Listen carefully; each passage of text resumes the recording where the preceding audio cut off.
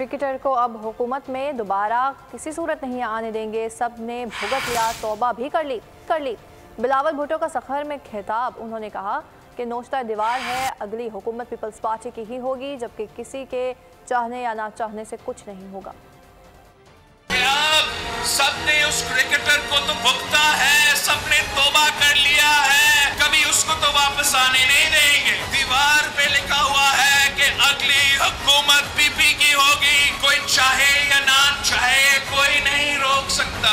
आज नहीं तो कल इलेक्शंस होंगे, 90 दिन में नहीं तो 100 दिन में होंगे, 100 दिन में नहीं तो 1 से 20 दिन में होंगे। हम तो तैयार है, जियाले तैयार है। 70 साल से वही शक्लें देखे हैं, अब किसी और को मौका देना चाहिए। नौजवान पाकिस्तान के लिए नौजवान की आदत की जरूरत है। सब्सक्राइब करें और बेल दबाएं ताकि कोई खबर रह न जाए।